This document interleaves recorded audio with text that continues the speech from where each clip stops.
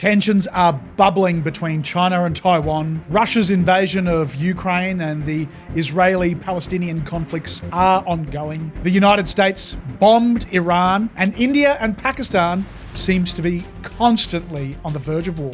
It's no secret that the world appears to be a more dangerous place than it was a decade ago, and plenty of voices have speculated on the possibility of World War III breaking out. And while I'm sure everyone hopes that it won't happen, it is interesting and indeed necessary to imagine the scenario and prepare for all circumstances. So if World War III broke out across multiple fronts across the globe, what would Australia's role be? The US in the last week have asked Australia this very question. Whose side are we on? Would we be directly involved in the frontline fighting? If so, where in the world would it be? Would Australia be attacked, and how would everyday life change in our country? Today, we're going to be running through a potential global conflict scenario based on the kind of wargaming that organisations like the Centre for Strategic and International Studies regularly do, and then speculating about how Australia would fit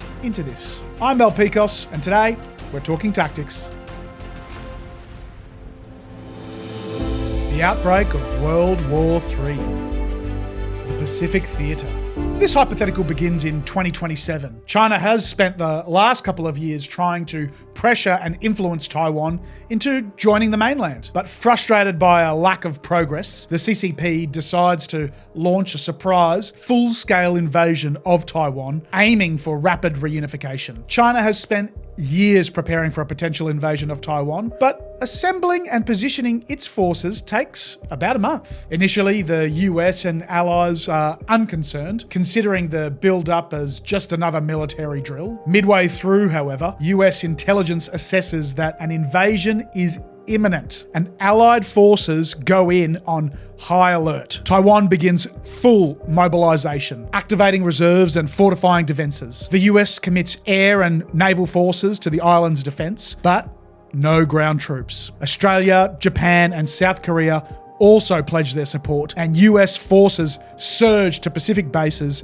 as well as bases in Northern Australia. The conflict begins with a massive Chinese missile barrage that devastates Taiwan's air force, navy, infrastructure, and communications. China deploys its navy, half of which escort landing ships in the Taiwan Strait, and the other half to blockade the island from the east. Submarines fan out to hunt US vessels. Simultaneously, China launches air and amphibious assaults, backed by relentless airstrikes targeting Taiwan's defenses. The US strikes back.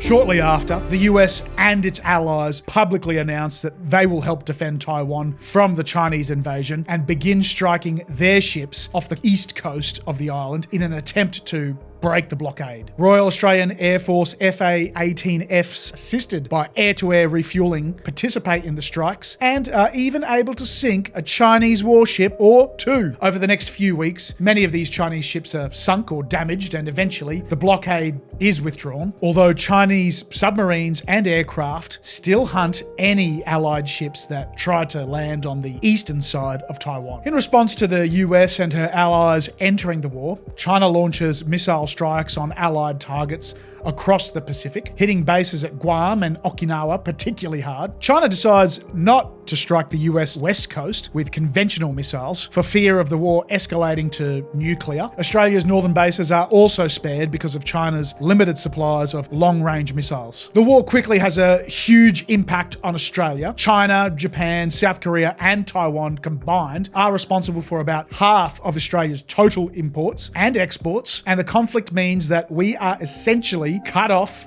from these markets overnight. Australia deploys several of our Collins-class submarines and P-8 Poseidons to patrol sea lanes and deter China from cutting off other important trade routes to Southeast Asia. The ADF quickly mobilises to get into the fight around Taiwan. In particular, the RAF deploys a large number of aircraft to assist US forces operating around Taiwan. F-35A and FA-18Fs are used in a variety of combat roles. The E-7A Wedge Switchtail early warning and control aircraft, EA-18G Growler electronic warfare, and KC-30A multi-role tanker transport aircraft also make meaningful supporting contributions above the battlefield. Australia also deploys her new fleet of second-hand B-2 Spirit bombers, recently purchased from the US. Since they recently upgraded their fleet to the new B-21 Raider stealth bombers, the US sold their old fleet to Australia instead of scrapping them. Australia uses these in high-risk, high-reward missions, such as striking Chinese naval, air, or logistical targets, helping to disrupt the Chinese blockade of Taiwan, and relieving pressure on the US stealth fleet. The Royal Australian Navy isn't in great shape to take on the Chinese Navy around Taiwan. 1 or 2 Hobart-class air warfare destroyers are deployed north to work with the United States Navy. However, the Anzac-class frigates are too old and undergunned for frontline service. Instead, these are used for patrol duties, protecting the waters to our north. The ADF also supports US bases in northern Australia, as they are rapidly built up into major logistics and staging hubs, critical for sustaining operations in the Pacific Theatre. Airfields in Darwin and Tyndall are expanded to accommodate a surge of Allied aircraft, while ports like Darwin and Townsville are upgraded to support large-scale naval resupply and repairs. Australian forces provide security, engineering, and logistical support, ensuring the safe flow of fuel, munitions, and personnel. These northern bases become essential links in the Allied war effort. Meanwhile, HMAS Sterling in Western Australia is also significantly expanded to support Allied submarine operations, serving as a key base for undersea patrols and resupply across the Indian Ocean and South China Sea. North Korea enters the war.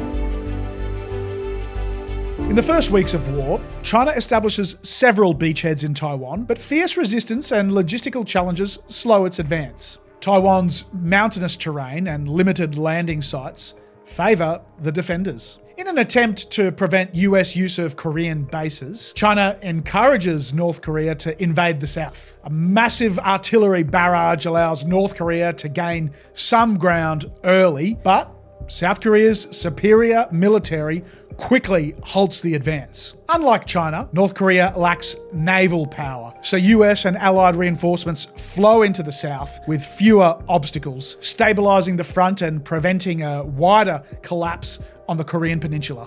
The contribution of the Australian Army to the war has been limited so far. Allied ground forces haven't been able to access Taiwan, and the Australian Army doesn't have enough modern armour to be able to deploy a combat brigade and survive a high-intensity deployment without really heavy casualties. So Australian troops mostly play a support and logistical role. With the war kicking off in Korea, however, Australia decides to deploy the 2nd Commando Regiment via a C-17 Globemaster airlift. These guys undertake special high-value missions in South Korea without taking enormous casualties. The European theatre. Meanwhile in Europe, Russia's conflict with Ukraine became largely frozen in 2025, with the Russians using the period from 2025 to 2027 to partially rebuild their military. However, most European Union countries have also been rapidly building up their forces at the same time. When North Korea invades South Korea, Russia seizes the moment to invade Lithuania, hoping US focus on the Pacific will deter NATO from intervening. Russian and Belarusian forces attack through the Suwalki Gap, aiming to link Belarus and Kaliningrad and isolate the Baltic states. But Lithuania's resistance, combined with rapid Polish reinforcements, stalls the advance. Poland, now boasting one of Europe's strongest militaries, buys crucial time for broader NATO support. Germany, France, and the UK deploy major forces to Eastern Europe, calling Russia's bluff. As the Russian offensive bogs down, Ukraine launches a counter-offensive against thinly held Russian positions in the east, regaining territory. The European front, once vulnerable, is re-energized by a unified NATO response and Ukrainian momentum, turning Russia's gamble into a strategic failure, Australia's contribution to the war in Europe would be limited, as our forces would be in the Pacific theatre. Our contribution would likely amount to logistics and airlift, using the C-17 Globemasters to help move NATO equipment or humanitarian supplies. We might deploy special forces or staff officers or advisors to work with NATO command elements, potentially in Poland or the Baltics. And we might also host training for European forces, similar to Operation Kudu, which has already been helping to train Ukrainian forces in the current conflict with Russia. The Middle Eastern Theatre.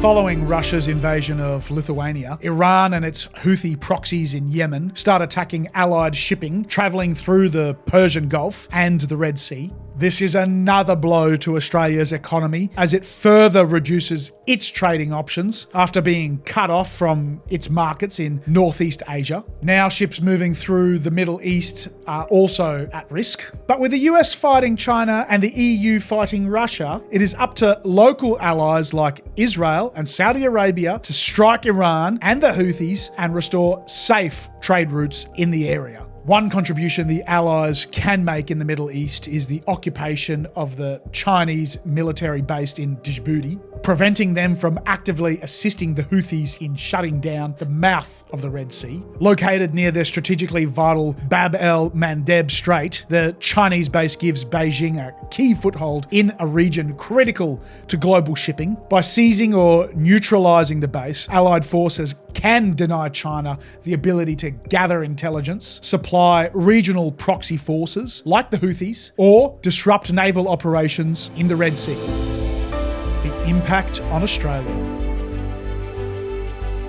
As the war spreads across the globe, Australia finds itself a key southern anchor for the US in the Pacific, becoming a major logistics and intelligence hub. In particular, bases in Darwin, RAF-based Tyndall, and HMAS Sterling become hives of ADF and United States Armed Forces activity. While the country hasn't been directly attacked yet, apart from frequent damaging cyber attacks, many of our most important trading partners are effectively cut off from us. Australia becomes acutely concerned about more supply chain disruptions, such as our oil supply, 90% of which is imported. Remaining trade routes, like the Malacca Strait, the Indian Ocean, and Australia's northern approaches, become increasingly vital for logistics and trade. These areas become the focus of Australia's submarine and convoy protection operations. That's if freight ships are even available. Every country in the world wants as many freight ships as they can get their hands on. Without a significant merchant marine fleet of its own, Australia is obligated to pay several times the pre-war rate to ensure shipping will continue to move goods to and from Australia.